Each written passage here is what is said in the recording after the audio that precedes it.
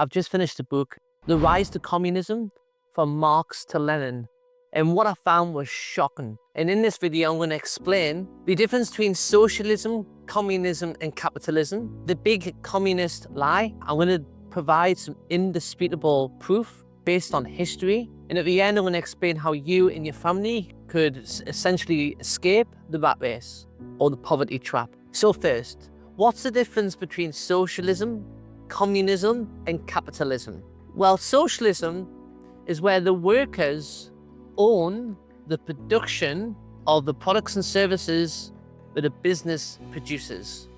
There is some private ownership in the marketplace, and it's kind of a transitional stage that often leads to either communism or a crackdown on socialism. Communism is a political, economical system which advocates for a classless society. A collective ownership of all of the production means, so all the products and services that companies produce is owned by the workers. That's essentially what it means. Capitalism is basically private ownership. So individuals can actually own businesses, and then workers are paid for the energy that they put into the company, while the profits go to the shareholders. That's pretty much the difference between socialism, communism, and capitalism. Whether you're on the left or whether you're on the right, the end goal is the same for most rational people around the world, which is a happy, successful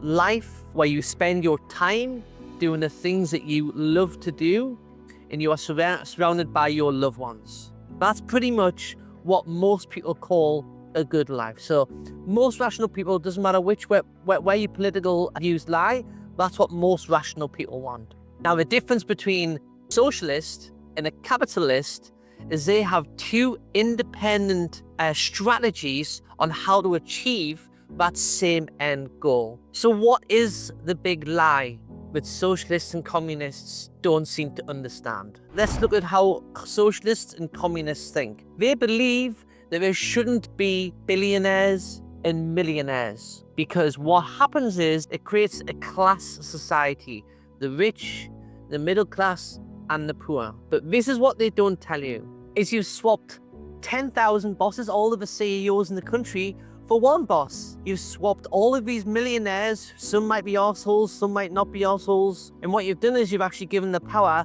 not to the actual people. That's just an illusion. One boss, and that is the federal government, whoever runs the federal government. Just like North Korea. Everyone owns a little bit of everything, but you can't actually control anything. There's only one boss.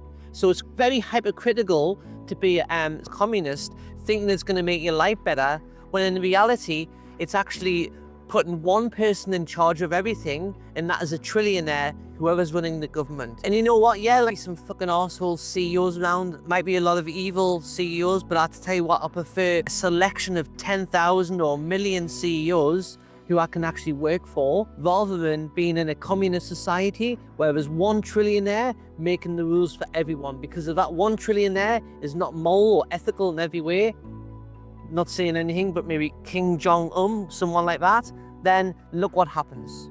If you don't know what happens in North Korea, Google it. Capitalism, trade the word capitalism for freedom, okay? Capitalism allows people to build a business and to hire people and to create all of the products and services that we enjoy to make our lives better. What the problem is we don't need communism to help us to get us to that goal, to have a happy, good life. What we need is more capitalism. So more people being able to have the freedom to make as much money they want in their local areas. So the way we control that is the monopoly rule. The main function of government is to protect the citizens of the country. That's the main function of that government. Now, when you have a corporation that owns 30-40% of the market, that's when you have all of the profits being funneled from the public into one entity. The way we circumnavigate that is we don't move to communism, where basically all of the businesses, all of the products or services are owned by one trillionaire, i.e. the government. What we need to be able to get us to our goal is more capitalism. For example, companies should never own more than 5 or 10% of the market, because if they get so big that other private entities can't compete with their prices. Like, look at Coles and Woolworths in Australia, for example. Look at Tesco's or Asda in the UK. Look at Walmart, Amazon.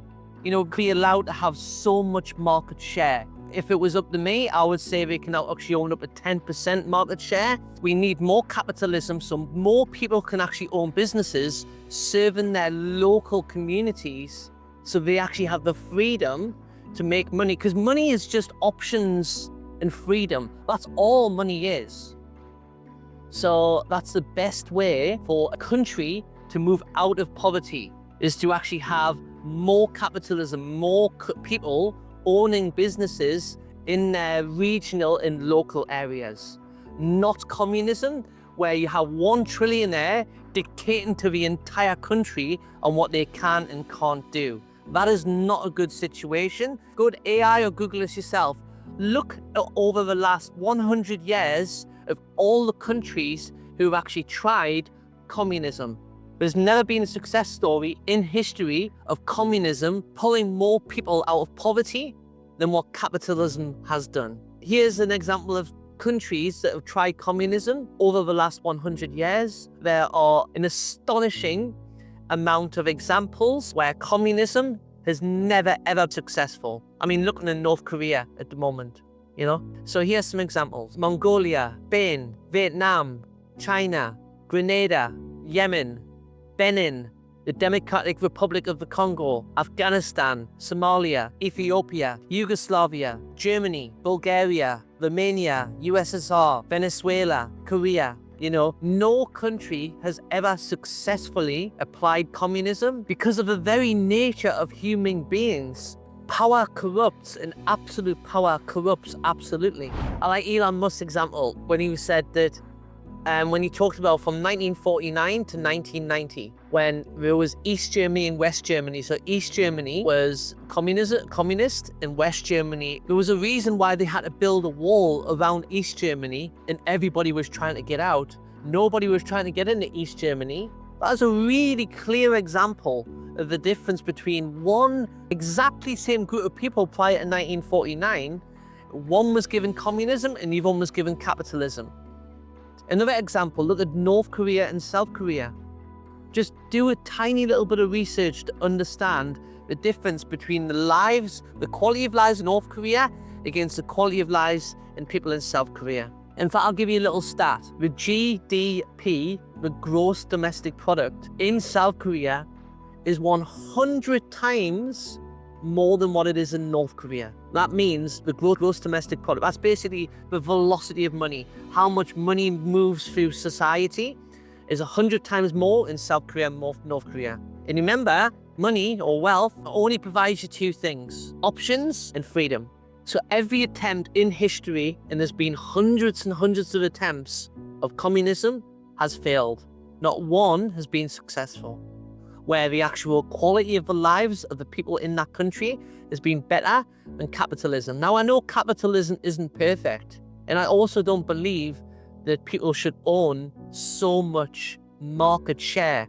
And that's why regulatory bodies like the federal government should be the people who enforce monopoly powers. There shouldn't be a company that owns 10% of the market, because what they do is they basically prevent other people from having businesses. Having a business is actually just freedom. It allows you to build a system that gives you and your family wealth. Now, if you're a lazy bastard and you never ever want to work, well, what I would say you do is you don't work. What you do is you find something you're interested in and something that you do every single day, and you create a business out of it. Now, don't automatically think that that can't happen. Dig deep. Find out pains in the marketplace that a product or service around your interests could actually help people, and focus on building a business, because that is what helps people get out of poverty